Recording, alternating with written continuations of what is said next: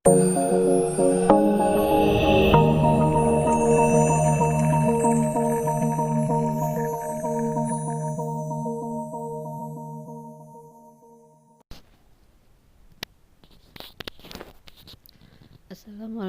warahmatullahi wabarakatuh.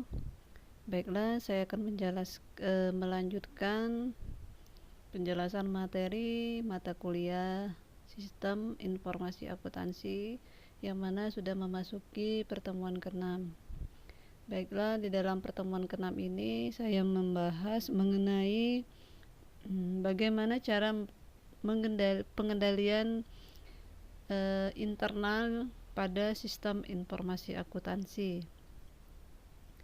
Nah, adapun pengertian dari pengendalian internal adalah di mana rencana organisasi ya dan metode bisnis yang dipergunakan untuk menjaga aset serta memberikan informasi yang akurat dan andal, mendorong dan memperbaiki efisiensi jalannya organisasi tersebut, dan juga mendorong kesesuaian kebijakan yang telah ditetapkan ya.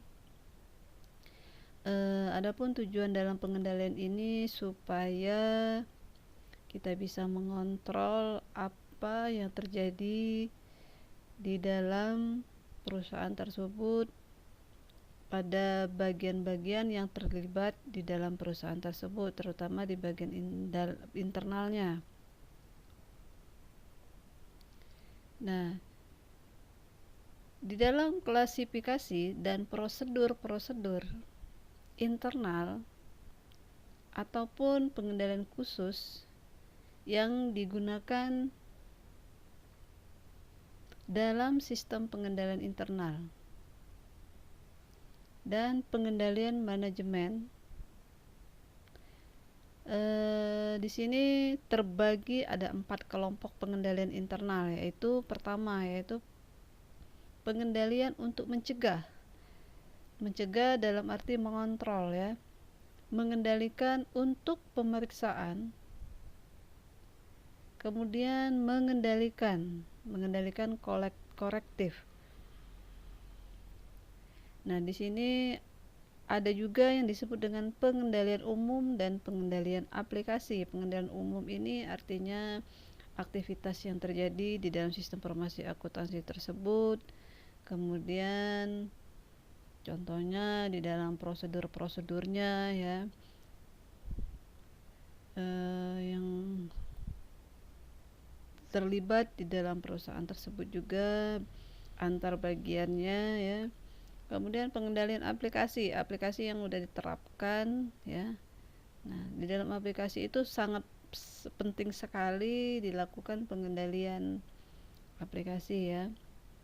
Nah, kemudian pengendalian administrasi dan pengendalian akuntan, input, proses, dan output ya. Dari keempat ini ya, pengendalian yang dilakukan di dalam perusahaan itu sangat penting ya. Nah,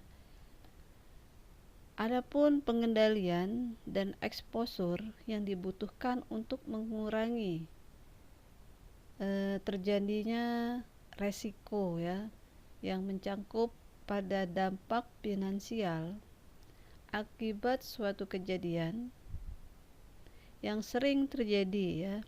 Saya ambil contoh di sini kejadian mengenai pendapatan yang cacat. Nah, pendapatan yang cacat ini artinya pada saat pembukuan misalnya pendapatan tidak sesuai dengan yang sudah dikeluarkan ya. Kemudian exposure artinya terhadap resiko mengurangi akibat kehilangan aktiva ya. Aktiva ini artinya sangat perlu dikendalikan ya apabila terjadinya kecurangan, artinya kehilangan aktiva yang yang tidak sesuai ataupun ada kejanggalan-kejanggalan. Kemudian biaya yang terlalu tinggi. Biaya yang terlalu tinggi ini artinya bisa berpengaruh juga, sangat perlu dilakukan pengendaliannya ya. Interupsi bisnis, kemudian akuntansi tidak akurat, pencurian dan kecurangan yang terjadi di dalam perusahaan tersebut, kemudian ketidakmampuan untuk bersaing. Adapun tujuan pengendalian internal ini adalah supaya memberikan jaminan yang wajar pada aktivitas. Tujuannya adalah untuk melindungi ya, untuk melindungi supaya tujuan usaha itu tercapai ya. Kemudian informasi yang didapatkan itu akurat. Dan yang paling penting adalah karyawan harus mematuhi peraturan dan ketentuan yang sudah ditentukan oleh perusahaan tersebut. Adapun pengendalian internal ya, gimana cara melindungi aktivitas dari pencurian ya, dari penggelapan ataupun pendapatan aktiva pada lokasi yang tidak sesuai ataupun tidak tepat. Nah, ini sangat berpengaruh sekali terhadap penurunan aset perusahaan ya, pendapatan, terutama dari segi pendapatan. Itu sangat perlu sekali dilakukan pengendalian ya.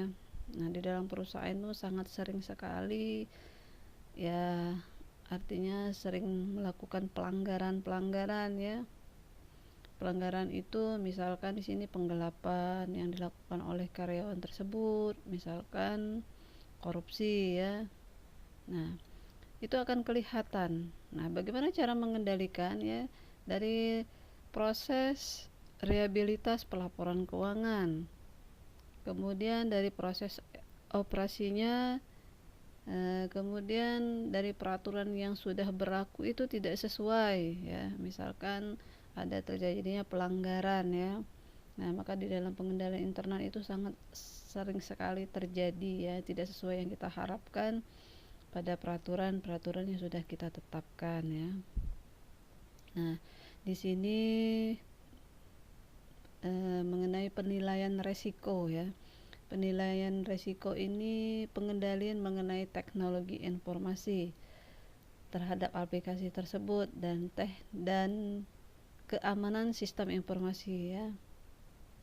Terutama di dalam model pengendalian internal itu menggunakan suatu aplikasi. Adapun jenis ancaman yang sering dihadapi oleh perusahaan itu strategis ya.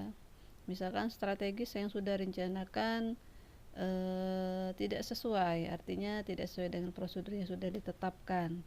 Operasionalnya, misalkan terjadinya kerugian terhadap yang dilakukan oleh sumber daya ya, sumber daya keuangan. Pemborosan ya, pencurian ataupun pembuatan kewajiban yang tidak tepat, artinya tidak melakukan kewajiban yang sudah diberi tanggung jawab ya. Nah, pencurian misalnya kecurangan yang sering dilakukan ya, itu sering terjadi di dalam perusahaan. Nah, kemudian jenis ancamannya juga seperti informasinya, menerima informasi yang salah atau tidak relevan, yang sistemnya tidak handal ya. Jadi ancaman seperti ini akan merugikan pada perusahaan tersebut, maka perlu dilakukan penilaian resiko, karena di dalam perusahaan tersebut banyak sekali resiko-resiko yang terjadi ya. Nah, baiklah, di sini hanya itu saja yang bisa saya sampaikan pada pertemuan ke-6 ini. Apabila ada kekurangan, saya mohon maaf. Akhir kata saya tutup. Wabillahi taufiq wa hidayah. Wassalamualaikum warahmatullahi wabarakatuh.